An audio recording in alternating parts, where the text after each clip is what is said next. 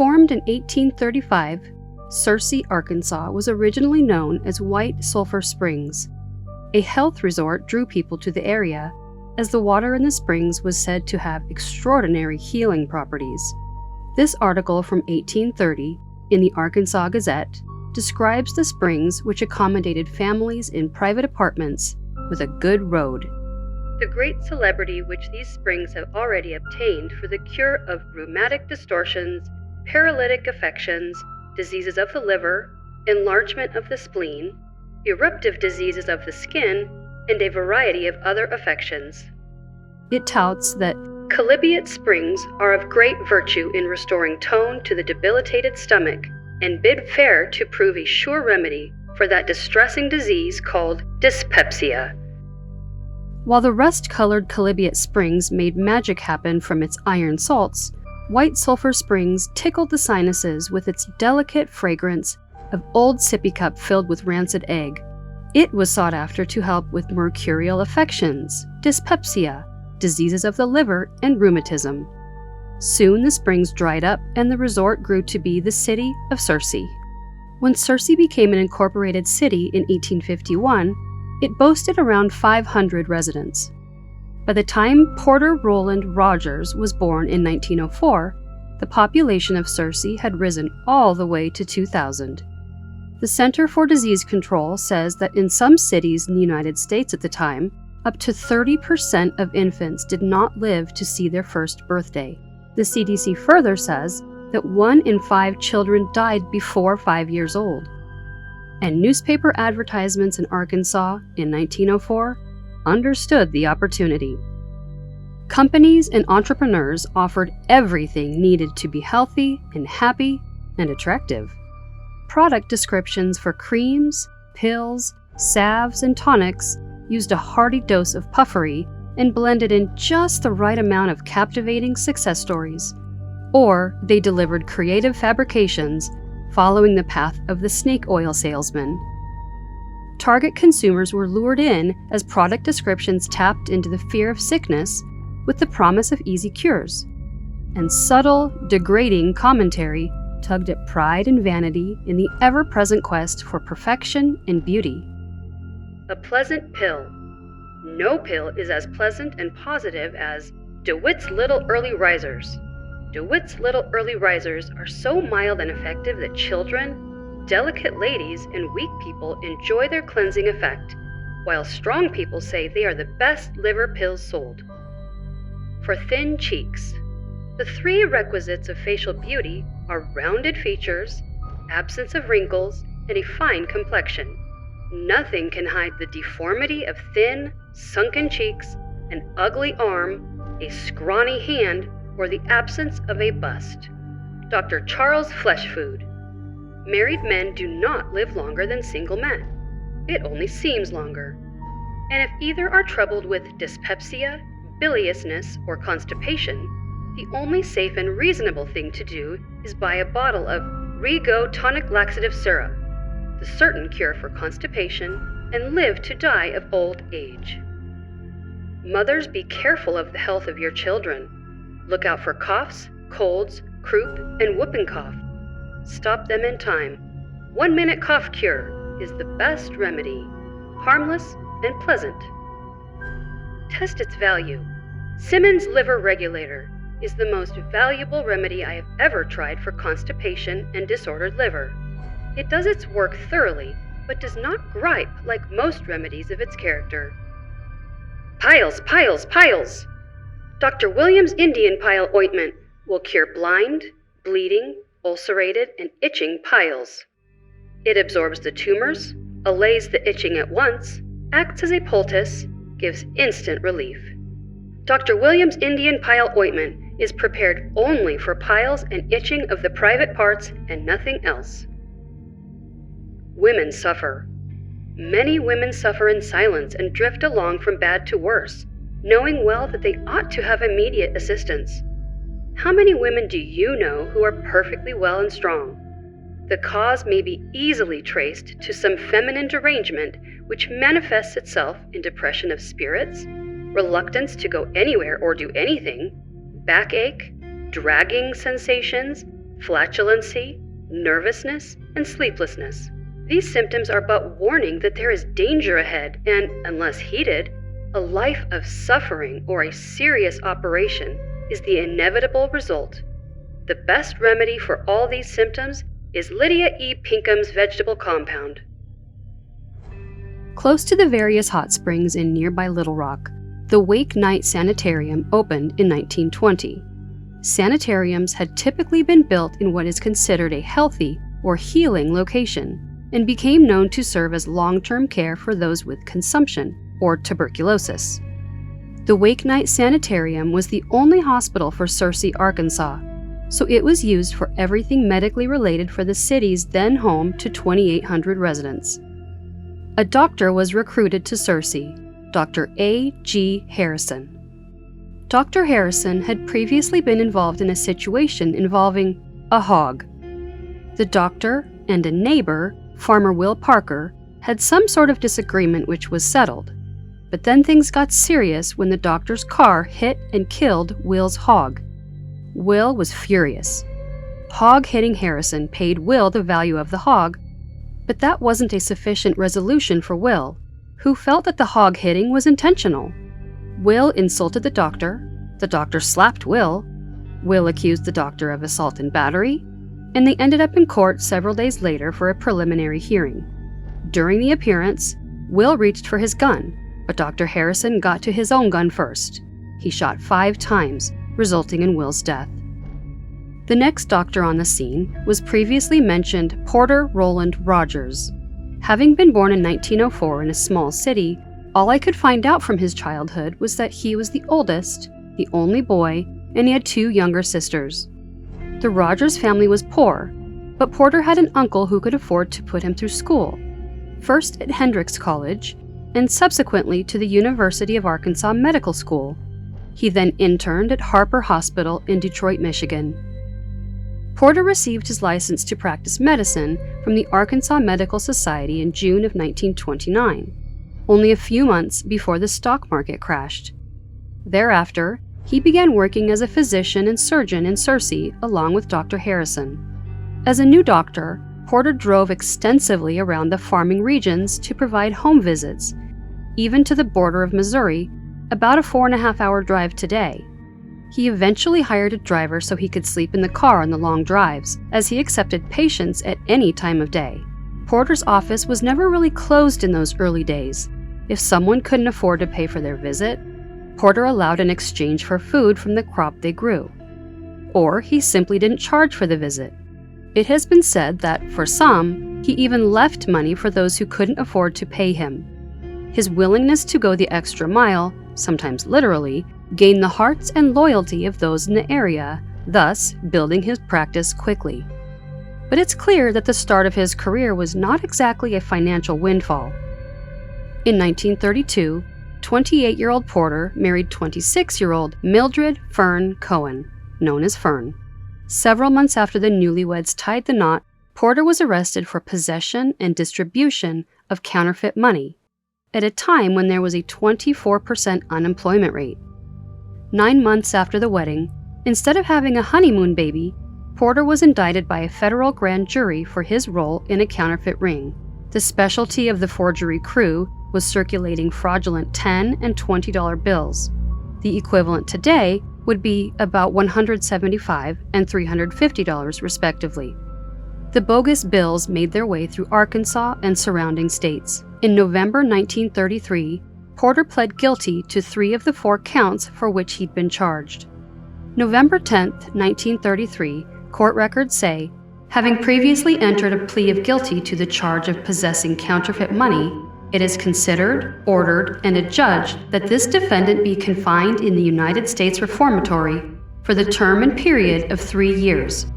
Because Porter was a doctor, he was given some additional time to get his affairs in order before he was required to serve the 3-year sentence.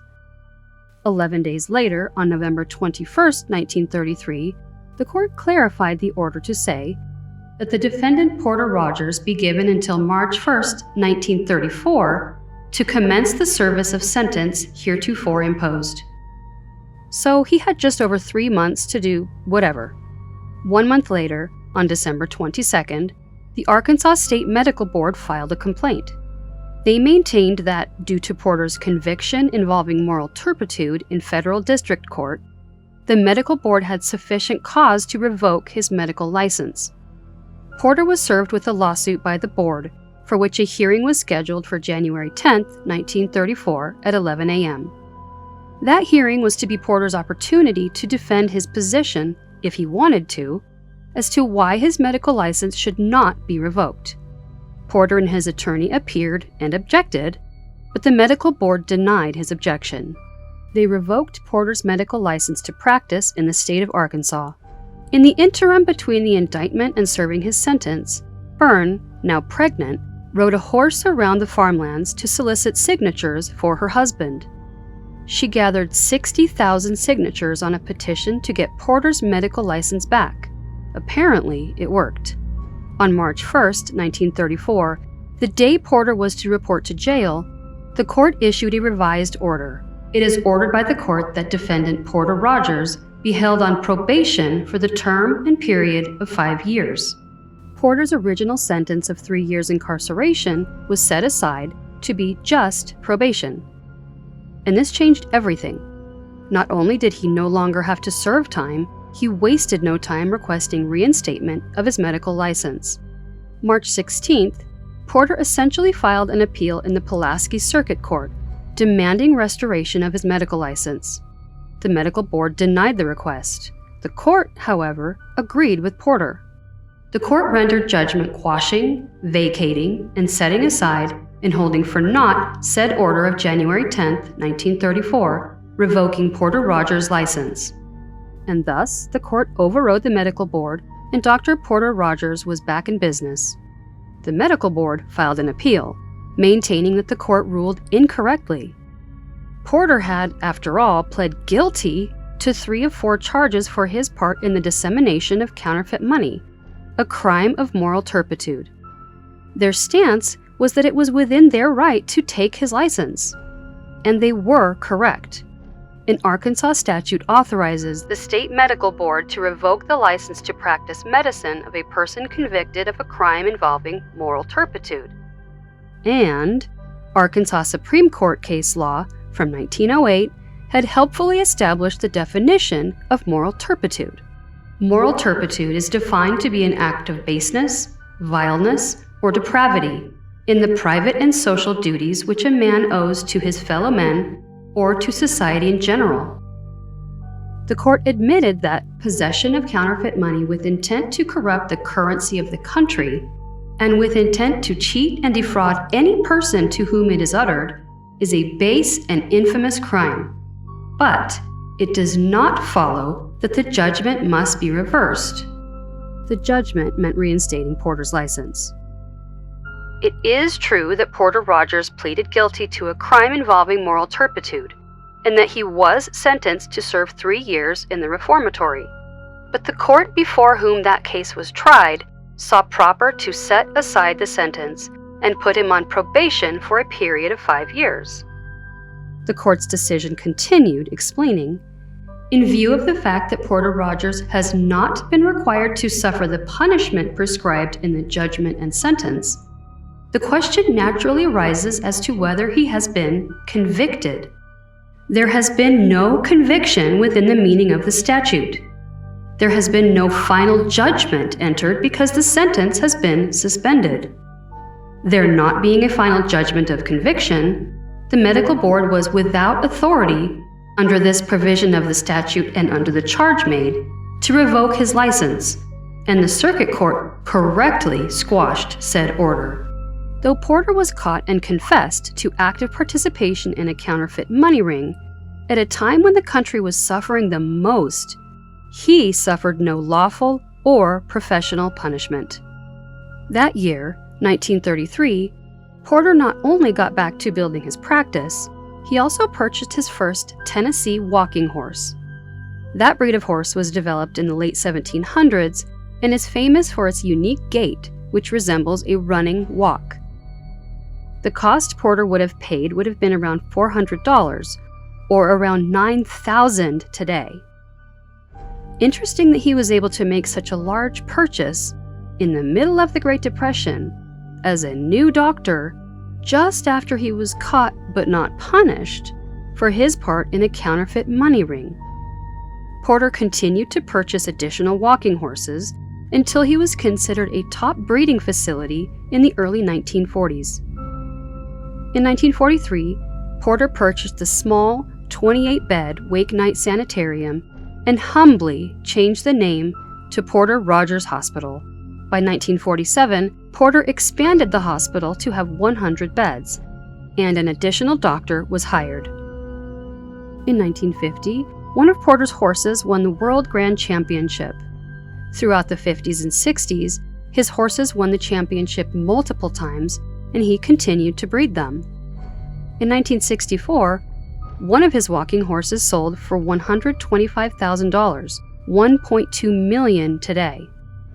In 1966, Porter was appointed to serve as a commissioner on the Arkansas Racing Commission. In 1967, he became the chairman of the Arkansas State Racing Commission. That year, Fern and Porter's daughter Ann married a doctor.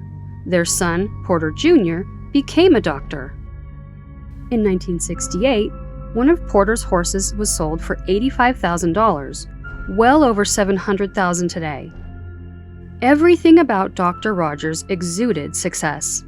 He was a master mason, a 32nd degree Freemason, a Shriner, a member of the Searcy Kiwanis Club and the Searcy Country Club, and he was a member of the First Methodist Church. Porter sold his namesake Porter Rogers Hospital in 1969, but he kept his private practice in an office in the hospital. Breeding and showing walking horses continued. He served on the State Racing Commission, and he took an active role in farming enterprises. Like I said, Porter was overflowing with outward success. In June 1973, Dr. Porter Rogers enjoyed the same fate that Dr. Bradley Schwartz would experience 28 years later in Tucson, Arizona. Porter's license to practice Schedule I and II medications was revoked. He had been charged with writing indiscriminate prescriptions of those medications. He claimed that it was patients who misused his services. Then, like Dr. Schwartz later did, Dr. Porter ventured outside of his marriage numerous times. That summer of '73, Porter met Peggy Jean Hale. She had a summer job working as a waitress in Bill's restaurant. Porter got her attention when he played the Isley Brothers' That Lady on the jukebox while he sipped his malted milkshake and winked at her. Or something. I'm not sure how it happened. Peggy was 20 years old. Porter was 69. Porter began eating at Bill's restaurant more frequently, making sure to tip Peggy well. He went from tipping her $2 to $14. That's $14 to $100 today for each meal. Peggy went to see Porter as a physician to ask for a prescription for diet pills. He quickly hired her to be his secretary and receptionist, quote unquote. Peggy was paid $550 a month, plus an additional $100 weekly for what was called extra work on weekends. Just to put that in perspective, that's the equivalent of a 20-year-old earning $84,000 today, working as a receptionist in a city of about 10,000 people. At home, Porter sang "If Loving You Is Wrong, I Don't Want to Be Right" over and over, and he applied more Jovan Musk for men than normal, which concerned Fern and led her to look into his new secretary. Things went downhill when Fern got to his office and heard Marvin Gaye playing. Probably. There's no way to know how the situation went down. Around March of 1974, Porter and Fern separated but didn't divorce. Infidelity and what was referred to as erratic behavior caused their separation after 42 years of marriage. Porter moved into a room at the Noble Motel. Peggy still lived at home. Her father, Milton Hale, was a minister for the Church of Christ. He was not only aware that his 20-year-old daughter was in a relationship with her 69-year-old married boss, he allowed Porter to stay the night at his home on numerous occasions. He probably just forgot about the seventh commandment. A minister can't possibly be expected to know all 10. It turns out, though, that his daughter and her well-seasoned boyfriend were not familiar with the 6th commandment either. Peggy told her father that she'd recently been followed by 2 men and that she received a threatening call from an anonymous woman. So he purchased his daughter a gun and taught her how to use it. Minister Milton later said that he was once called by his daughter's senescent lover's wife, Fern. Fern called Peggy a 20-year-old. The man of the cloth told Fern, "Look, old lady, don't call my daughter a... I probably know more about your past than you do." He did say that he conveyed to Peggy and Porter that their affair was wrong and ought to be broken off. But Peggy told her dad to not make her choose between him and her senior citizen cuddle muffin. So, like any father would, the clergyman parent stopped being so critical and judgy. He offered Porter the use of the good lazy boy recliner when he spent the night with his daughter, who was barely out of her teens. Porter told the father of his mistress that he wanted to divorce Fern and marry Peggy. He confided in Minister Milton that Fern was cruel to him, that she told him she hoped he wouldn't live through a previous neck operation. 32-year-old William Kimbrell was a former boyfriend, now just a friend of Peggy, though there's some question about whether he really was just a friend. Part of their relationship had included Peggy getting advice from William on how she could attract a married teacher at her high school, while she was in that high school. She said that William taught her things. He would have been around 30 at the time, and married. But in 1974, when Peggy was sharing an Afghan with Porter, William was divorced with 2 little boys. He had recently been elected worshipful master at their local Masonic lodge, so when Peggy introduced her former man to her current man, they already had Freemasonry in common. Discussions took place. The main topic was Fern. Fern was ruining everything with the way she was alive. Then, channeling the behavior of the future Brad Schwartz in 2004, the idea of a hitman arose. One account said that a hitman from Chicago had been courted, but that he was scared off. Whether or not that happened, William was ultimately elected to do the deed. Fern had to go.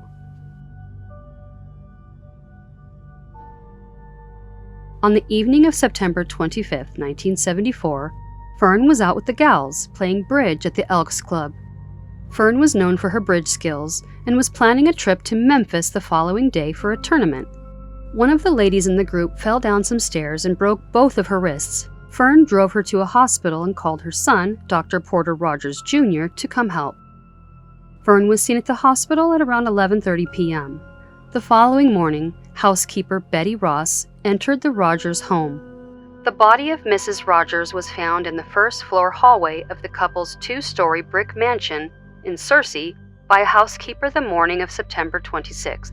Fern Cohen Rogers was found, deceased, in her own home, having been shot twice in her head. She was 67 years old. There was no sign of a forced entrance, and there was no gun in the home. That morning, September 26th, Porter was having breakfast at a restaurant. An employee from the hospital called the restaurant and told Porter that something severe happened at the family home. All of Searcy was in shock and complete confusion as to what happened. Porter and Fern's daughter-in-law, Porter Jr.'s wife, said that Fern was an outgoing, warm, beautiful person. Investigators quickly went to work interviewing anyone and everyone.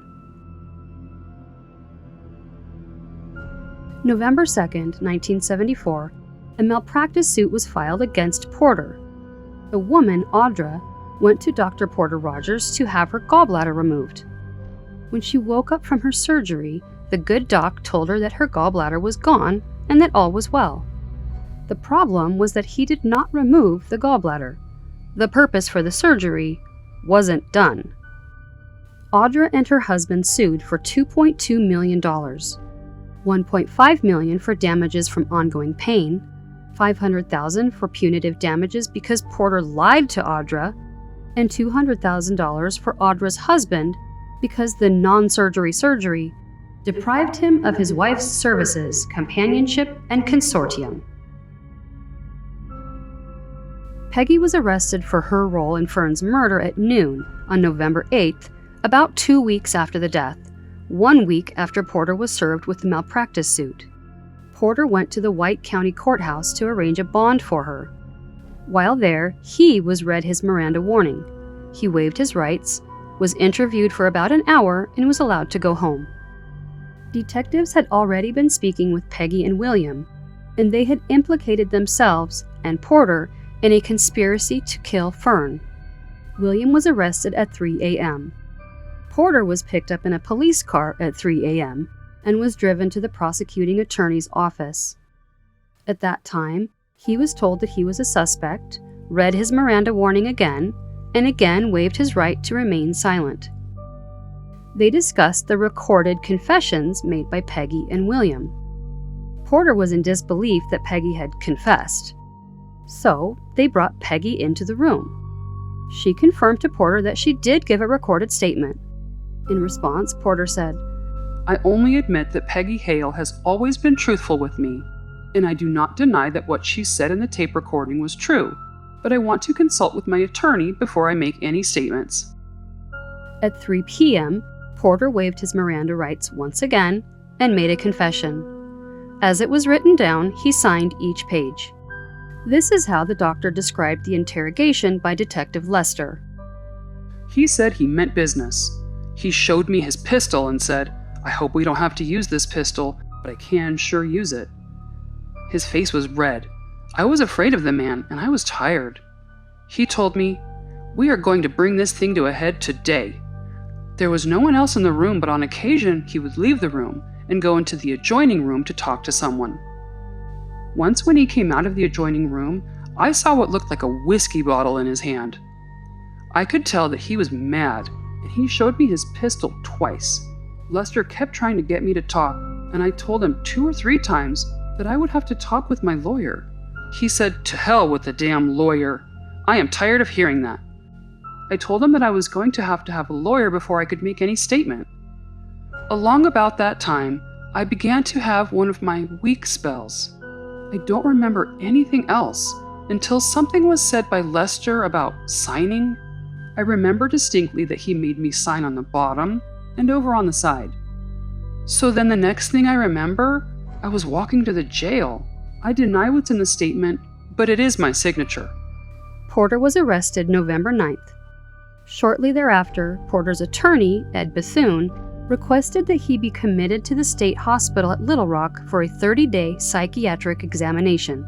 He was trying to establish mental incompetency as a defense. The 30-day exam was extended to be 2.5 months until January 20th, 1975, at which time he was declared to be without psychosis.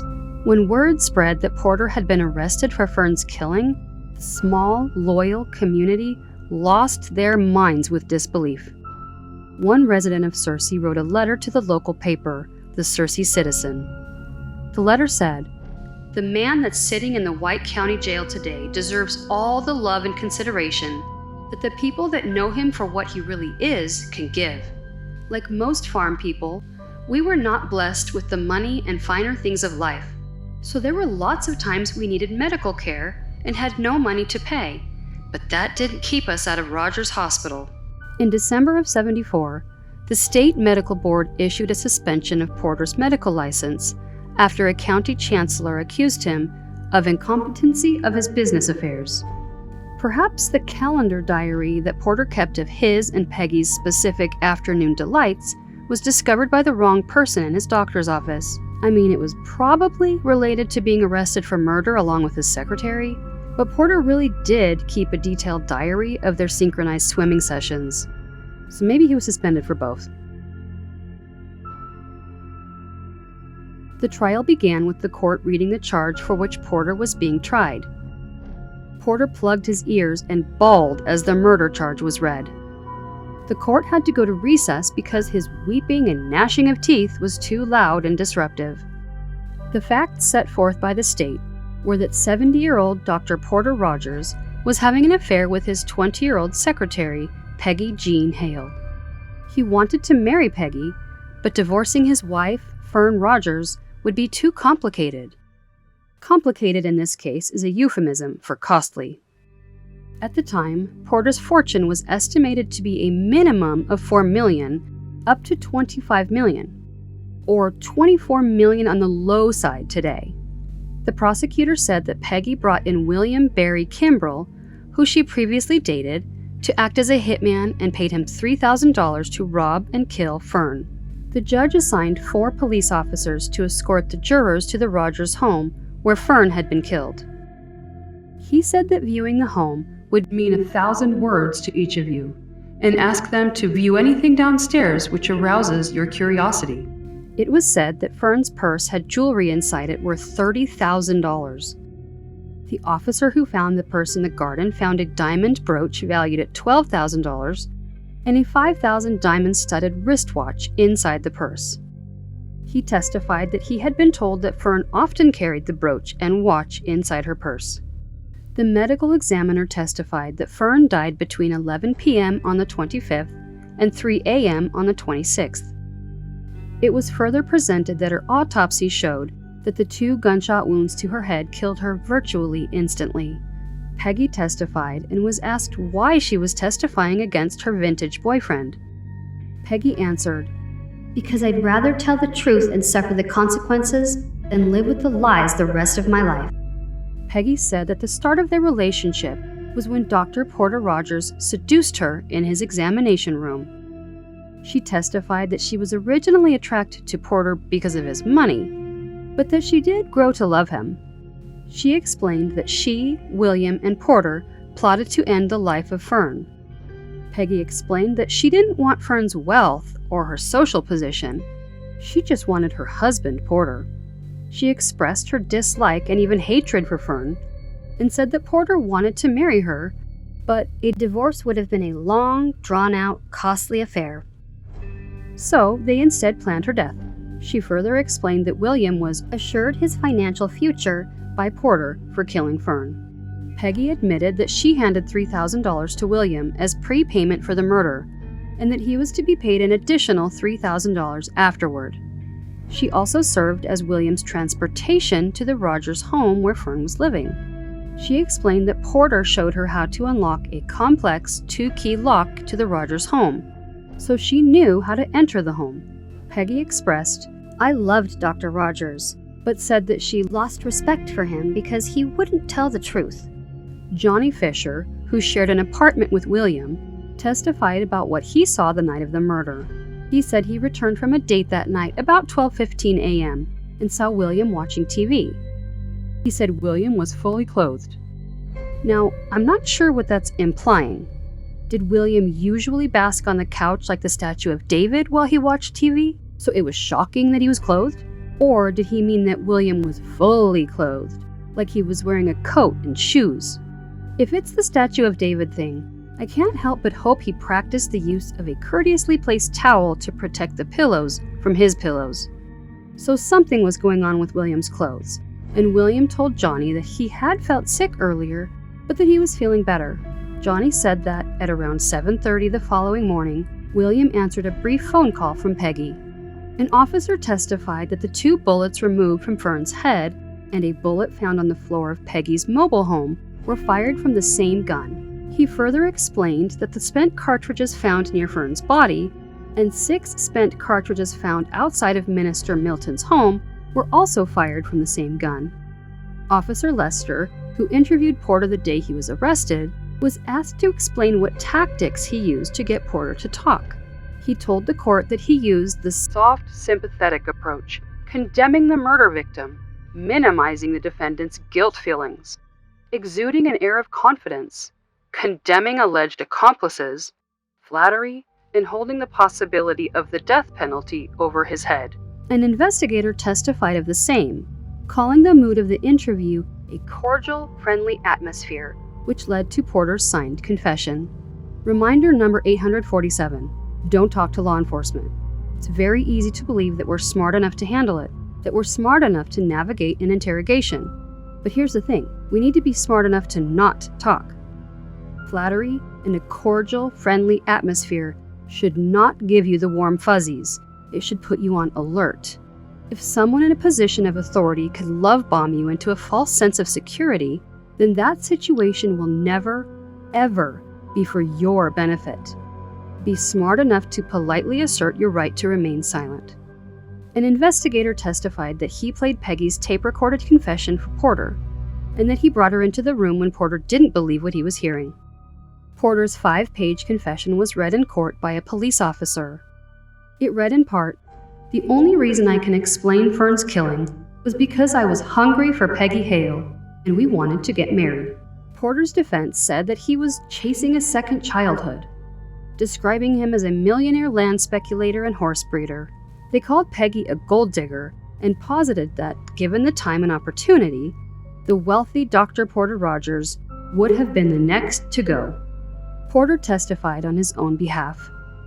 He explained that he never stopped loving Fern and he never mistreated her. He said that he always provided her with sufficient income. However, Porter needed to make it clear that Fern stopped loving him over finances and knowing in the biblical sense. About their marriage, Porter said that problems began back in the 30s when she cried and got mad when he purchased some property. There's nothing so noble as pointing to a 40-year-old fight he had with his deceased wife. Speaking of his relationship with Peggy, Porter said that she was an efficient worker in his office and that he liked her. When asked by the prosecutor if he loved Peggy, he answered, "I've always liked to love women all my life, beginning with my mother." I feel uncomfortable with that response. That's all I have to say about it. Porter testified that he never gave a statement to police. He described the confession which had been read in court was something I didn't say. That's not my way of life to harm anyone. He testified that he was manipulated into plotting the death of his wife, and then when it actually happened, he was tricked into confessing. He said that the detective who interrogated him walked into the room and showed him his firearm and said, "Mister, I can use this thing if necessary. I've used it before." Porter was described by his defense as a Cleveland County farm boy who borrowed money to go to the University of Arkansas Medical School. They maintained that Peggy was a gold digger who had conspired with her friend William. The two of them, it was said, previously set up elderly people to get their hands on their wealth. I found nothing to confirm or invalidate that story. But alas, Porter was the true victim. A letter was written to the Searcy Daily Citizen newspaper during the trial. In that letter, the writer noted, "If our President Gerald Ford can give a full pardon to ex-President Nixon, who hurt all the people of America, surely the good people of Arkansas can just stop and remember all the lives this brilliant man and doctor has saved." The saintly image of Porter was widely shared. March 19, 1975, Porter was convicted of first-degree murder of his 67-year-old wife, Fern. It took 2.5 hours for 7 men and 5 women to deliberate before the verdict was reached. 35 witnesses were called during the 5-week trial. Porter was sentenced to life in prison. His son, Dr. Porter Rogers Jr., said of the trial, "This was a great tragedy from the very start. All of the circumstances are tragic.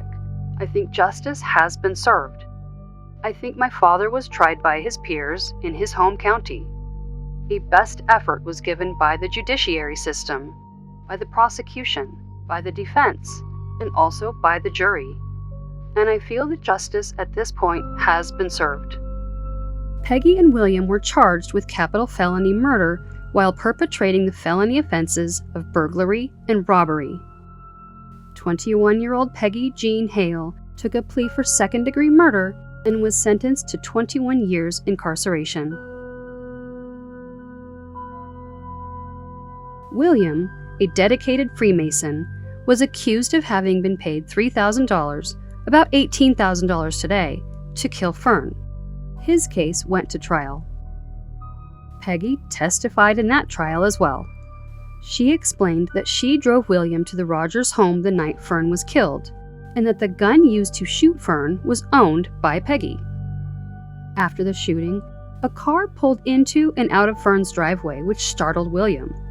He grabbed Fern's purse and pulled out approximately $600 in traveler's checks and about $50 in cash before tossing the purse into her garden. He never noticed the crazy expensive jewelry that he left behind, as the robbery was only to conceal the purpose for the murder. He didn't spend time searching for valuables. He just wanted to get out of there. An investigator testified that after William confessed to shooting Fern, he drew a sketch which showed exactly where he stood in the house when he shot her. William confessed, "When Mrs. Rogers walked by the door at the end of the stairs, I saw the back of her head and I shot her in the head. When she fell, I shot her in the head again." William's defense maintained that he was sick the night that he confessed, having taken a cocktail of liquor and medication, and that he would have said yes to anything. 33-year-old William was convicted of first-degree murder and was sentenced to life in prison. After the murder trials were over, Porter was back in court for fraud. Again, Porter and 10 members of a family were accused of insurance fraud. The family members purchased numerous insurance policies, then they faked accidents. After the faked accident, the insured went to the Porter Rogers Hospital where they would be admitted, supposedly, and treated, supposedly. Their claims were signed off by Dr. Porter Rogers, then submitted to the insurance companies and paid out. Insurance companies had compensated the family members hundreds of thousands of dollars. Peggy came around again to testify that Porter knew that the claims he was signing were fraudulent, that she had personally seen him sign 40 to 50 claim forms for fake accidents. Porter's defense shuffled in a psychiatrist who testified that Porter actually had organic brain disease, resulting from a heart attack he'd had in 1958. He explained that the artery to Porter's heart was clogged up like rusty water pipes. The doctor asserted that Porter had memory problems, was depressed, had impaired judgment, repeated the same stories, and frequently digressed in other subjects in conversation. Organic brain disease, they asserted, was the reason that Porter was tricked into the conspiracy to murder his wife, and which led him to take part in the insurance fraud. In May of 1976, Porter was sentenced to an additional 40 months in prison for his role in the medical insurance fraud. 2 months later, his granddaughter was born, named after Fern. March 17, 1978, William and another inmate escaped from Cummins Prison Farm. The escape was arranged by people within the prison, who supplied clothes and $10,000, $55,000 today. William had been told that the money would be wrapped in a package and placed in the back of a truck, and that's exactly where he found it. He hid in the back of a vehicle that drove away from the prison. For 88 days, William was at large, moving often, staying mainly in Tennessee. He was caught June 14th in Little Rock when 3 FBI agents kicked open the door to the apartment where he was staying. William was found, armed, hiding in a closet, and returned to prison. Who paid the equivalent of $55,000 today for William to escape from prison? That same year, in December 1978, an attorney on behalf of Porter filed a writ of error coram nobis, claiming unethical actions by Detective Lester. The petition claimed that the detective used Masonic sign language and an unknown medication to coerce a confession from Porter. Included in the writ was an affidavit from William, which read, "Question: Did Porter Rogers, to your personal knowledge, have anything to do with the murder of his wife, Fern Rogers?" William answered, "No, sir." Question: Do you know who killed Fern Rogers? Answer: I wasn't there. Question: Did anyone tell you they did it? Answer: Peggy told me she did it. William expressed that the money promised to him was not for the murder of Fern, but was rather money that Peggy got from Porter. Further affidavits said that Peggy told friends the night of the murder that she was going to settle this thing once and for all. In July 1980, 27-year-old Peggy was paroled. 5 years after pleading guilty to her role in the death of her antique boyfriend's wife, then imprisoned for second-degree murder, Peggy was free. Her gun was used for the murder. She drove the killer to Fern's house and unlocked the door for him. But Peggy's 21-year sentence ended in just 5. Porter didn't have to spend much time behind bars either. In fact, he spent even less time incarcerated than Peggy. Porter died only a few months after Peggy was paroled. Though sentenced to life in prison without parole in 1975, Porter only began his sentence on June 1, 1978, serving only 2 years before his death, November 4, 1980. I'm not sure how he was lucky enough to wait so long before beginning to serve his sentence for murder, especially considering the additional time for insurance fraud.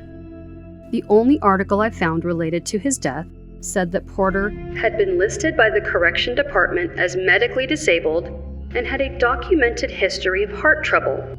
I couldn't find the exact cause of his death, but I think that the most likely reason of all may have been that his heart was 2 sizes too small. In searching for information about Porter Rogers Sr., I was surprised to see that he is essentially memorialized as a remarkable, admirable man. Like his headstone says, an exceptional man. Naturally, I wouldn't expect a grave to say, obeyed the law most of the time. But this feels a little different than simply giving Porter the benefit of the doubt. On a website honoring master breeders, Porter has a page of glowing reference, not a hint of shade to be found. A real estate website called Active Rain hosts a blog by a realtor wherein she posts historical pictures of Searcy. When Porter is mentioned in the blog, the overall intonation is one of venerable warmth and admiration. In part, one of the posts says, Dr. Rodgers was a beloved Searcy physician who owned a hospital named after himself. He owned lots of land and horses. One post shows one of his prized horses. A commenter under it says, Dr. Rodgers delivered me and my younger brother. I didn't know he owned horses. This one is a beaut. Another comment describes having worked for Porter and how he handed out pictures of his horses to anyone who wanted them. Still another says, in my opinion, he was the best doctor, and Searcy was fortunate to have him. A website called Corn Dancer has an article called Rodgers' Barn. It reads in part that the barn was constructed in the 1920s by Mr. E. P. Rodgers, the father of Dr. Porter Rogers, owner of Rodgers Perfection, a world champion Tennessee walking horse in the 50s. Back in that time, pictures of Dr. Rodgers and his horse were seen virtually everywhere. Another of the comments on the real estate blog said, I remember a barn fire on Rodgers' farm which killed a bunch of horses, but I don't think it killed any of the big-name show horses. Does anyone else remember? Not only does the tragic subject of that comment make me nauseous, but the overall tone bothers me. Why was it so easy for those from Searcy, Arkansas, to gloss over Porter's illegal and immoral behaviors? I recognize that comments can be easily misinterpreted, as seen by the dumpster fires in comment sections everywhere. I don't know the people who are behind the blog posts and comments, and I'm sure they're great people. It does seem, though, that Porter has been all but sainted, his atrocities being just a drop of blood in an ocean of good, and everyone knows that only sharks can smell that small quantity of blood, so don't be a shark. Honestly, when I reach for my tinfoil hat, I wonder if the previously mentioned barn fire was yet another insurance scam. Knowing that Porter was a part of a counterfeit ring, had his license to prescribe revoked, cheated on and planned the death of his wife, and was caught engaging in insurance fraud, is it out of the realm of possibility to question a barn fire which housed very expensive horses? I searched extensively for more information on the barn fire, but I had no success. I did, however, find a newspaper article referencing Porter's horses. The article was from the Commercial Appeal, a newspaper in Memphis, Tennessee. It was about immunizing horses for VEE, Venezuelan equine encephalomyelitis, in 1971. VEE is a viral pathogen spread by mosquitoes and affects horses, donkeys, zebras, and people. Also called EEE or WEE for Eastern and Western encephalomyelitis, respectively, VEE is often called sleeping sickness. Horses' affect become depressed, their faces droopy, their movements listless. And sadly, there was a nearly 100% morbidity rate if equine become infected. The article described the goal of inoculating 90,000 horses and other equine throughout Arkansas, Oklahoma, Texas, Louisiana, and New Mexico. Certainly a worthy, life-saving goal. The strange part of this is the portion of the article which read, "A prize racing horse and its colt were suspected of contracting the disease at Searcy Thursday, but authorities report the animals died of arsenic poisoning. The horses belonged to a former racing commissioner, Dr. Porter Rodgers Sr." Could the casualty of Porter's horses have been purely dreadful misfortune? Of course. Could they have been poisoned intentionally? I mean, I don't see how it would be inconceivable. Whatever the reason, a barn fire and death by arsenic just sort of seem to be one of those things. Such is life. Like when milk goes bad, you don't sit and smell it all day. You toss it and make eggs instead of cereal. No need to dwell on something you can't undo. Milk, horses, whatever. I realized that out of 125 articles from Arkansas newspapers, not a single one showed a picture of Porter, not even a picture of Fern. There were, however, pictures of Porter with mention of his horses. After gathering the headlines referencing the murder, the narrative was pretty clear. A prominent, competent doctor was accused of murder. A secretary, Peggy Hale, is guilty of murder. Outside of Arkansas, the newspapers were far more objective in their coverage. Many showed pictures, and the headlines represented the bigger picture, that a doctor's affair led to murder. Why were past and present Arkansans so attached to Dr. Porter Rogers the Great? These are articles about Porter from October 1975, one from Arkansas, one from Pennsylvania. All of the trials were over. Arkansas still put up the prominent doctor who was accused. Outside the state, the doctor murdered his wife. I believe that, as a general rule, we place people in a container. They are good or they are bad. Once someone is placed in that container, we put the lid on it, snap it closed, and that's that. For additional corroborating evidence, we happily unsnap the lid, lift it off, and the supporting information gets placed inside the box. But when conflicting information comes along, that lid is just too heavy and cumbersome to go through that whole box opening process. And that new information will make everything look all wonky. Parents do this. My brilliant, angelic child would never break the rules. People do this with politicians, who never do anything right, and who are 100% corrupt in every portion of their life, period. But the child will do wrong sometimes, and the politician will do right sometimes. It seems in this case that those who reminisce about Dr. Porter Rogers Sr. keep him in the man who did great things box, and anything outside of that is just not worth talking about. Yeah, we get it, he did bad things, but oh my gosh, that was forever ago. That wonderful man delivered my child. He was a great doctor. Are we just going to ignore what he did for the community? So what does that mean for the counterfeit money he spread through multiple states during the Great Depression? What does that mean for a woman who was killed because she existed? What about her children and grandchildren and their sudden trauma? Or the poor housekeeper who found Fern's body? What about losing his license to prescribe, having affairs, and committing insurance fraud? This seems to be the opposite of current cancel culture. This guy could do whatever. The memory of Dr. Porter Rogers appears to fall in line with those old advertisements. We're not really getting the full story, but it sure sounds good. The marriage of Porter and Fern began and ended in great financial recession. They married in the middle of the Great Depression. Fast forward to 1973. October 6, 1973, a coalition of Arab states, led by Egypt and Syria, launched a surprise attack against Israel. That day was Yom Kippur, the holiest day in Judaism. The U.S. launched Operation Nickelgrass, which enlisted the Air Force and Military Airlift Command to send supplies and weapons to aid Israel. 4 days later, October 10th, Vice President Agnew resigned and pled guilty for income tax evasion. Additional charges were filed for bribery and extortion. October 19th, OPEC, the Organization of the Arab Petroleum Exporting Countries, declared an oil embargo against the U.S. and other countries who supported Israel in the war. The price of oil rose 300%. The cost of gas shot up 36%.